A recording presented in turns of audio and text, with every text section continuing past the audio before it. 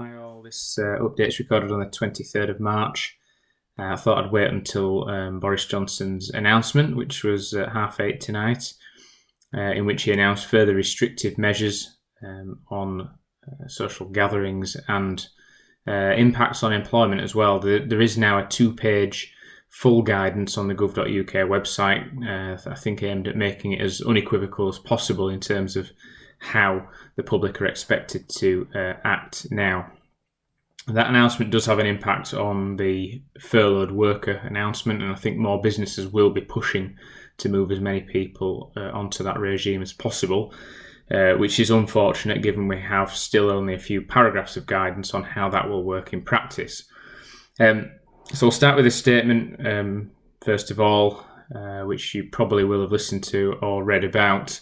For employment law purposes, the most important aspect is the requirement that travel to and from work is only permitted where this absolutely cannot be done from home. All non-essential premises will be closed, such as retail stores, libraries, youth centres, indoor and outdoor leisure facilities, places within parks, places of worship, hostels, hotels, bed and breakfast, campsites. Police will have the power to enforce the new rules through fines and dispersing gatherings, and this will be reviewed again in 3 weeks. So for employers, that means firstly you have to identify whether your workplace is essential or whether it can now be closed. And secondly, whether those you serve, supply or sell to are likely to close themselves and therefore have an impact on your business. So following that assessment, you may decide that you need to furlough some or even all of your employees, depending on whether your business activities can be delivered from home and the extent of the disruption that your business may suffer as a result of other workplace closures. We've summarised the provisions on furloughing on our website as we understand them at the moment. The purpose of this video is to try and give you some information on the frequently asked questions that our team have had during the course of today. Now, the main one being, how do we select people to be furloughed? You may have a drop-off in work in a particular team and you might have 10 people doing the same job. How do you select who is going to be furloughed from that list? Now, there is no definite answer that we can give on this. I think the most common approach that businesses will be taking is an assessment of skills. So we will determine who is the strongest, who we need to keep in work and who will get most productivity or results from. The others will be furloughed. Now, that may result in cries of unfairness from either side. Either the people in work may be unhappy because they have to do all the work while others are furloughed. The people at home may be unhappy if they are only receiving 80% of pay compared to their workers who are in the workplace. Our response is that these are unprecedented times. We're doing our best to see the business through what might be a very difficult, financially challenging period, and at the end of the day we're working on the basis that we have discretion to retain those highest performing workers if we wish. An alternative approach is to look at those who may be most vulnerable or living with those who are most vulnerable and try to protect those initially, which I think is a perfectly reasonable approach to take. But the guidance doesn't deal with it any further. One question is, can I rota people who are furloughed to ensure that everybody provides an equal amount of work, everybody has an equal amount of time off?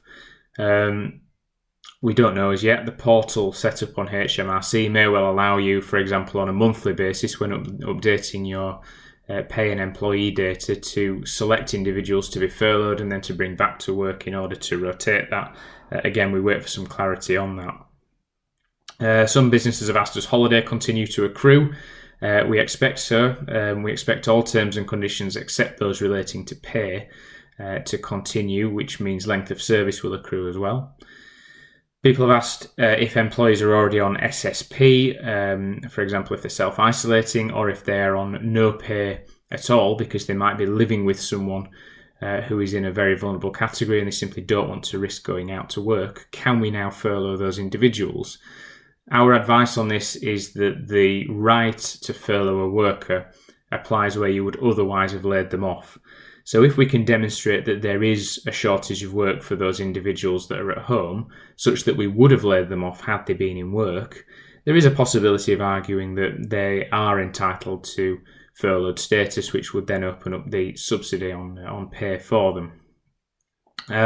Another common question, how do we calculate furlough pay for those with irregular hours or pay? Again, unsurprisingly, no answer on this as yet. Our understanding is that it's likely you will have to go back a reference period, such as 12 weeks, to determine what the average earnings have been over that time, and then perhaps upload that into the HMRC portal so that they can identify what level of reimbursement needs to be made. The alternative perhaps is that we estimate the sum that we would have paid had they remained in work, but that would be difficult to do if their hours or pay is so irregular. How does the right apply to pregnant employees? Our view is that they really should be treated consistently as with any other employees. So if there is genuinely a shortage of work, I don't see any reason why we would not apply furlough status to those as long as they're being treated the same as other employees. And how does it apply to directors? Well, directors are office holders. It's a separate status from employees, but I think 9 times out of 10 directors will also be employees. So we're looking at the remuneration they receive purely as an employee. And if, again, there is insufficient work for them to do such that they would otherwise have been laid off, our view is that they can be furloughed as well. It's absolutely vital that we get some further clarity from the government on this now, and that HMRC confirm the progress they're making in creating the portal.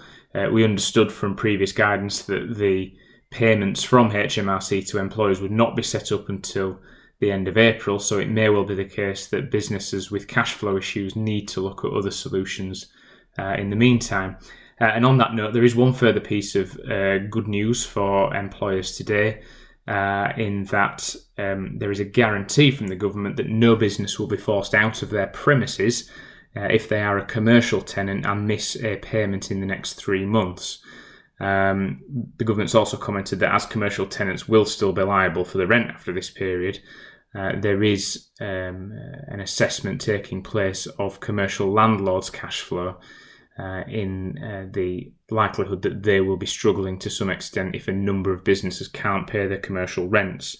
But what the government has now done effectively is look at measures to prop up wages, to prop up rents, and in a number of cases, particularly in the hospitality, leisure and retail sector, to prop up business rates as well.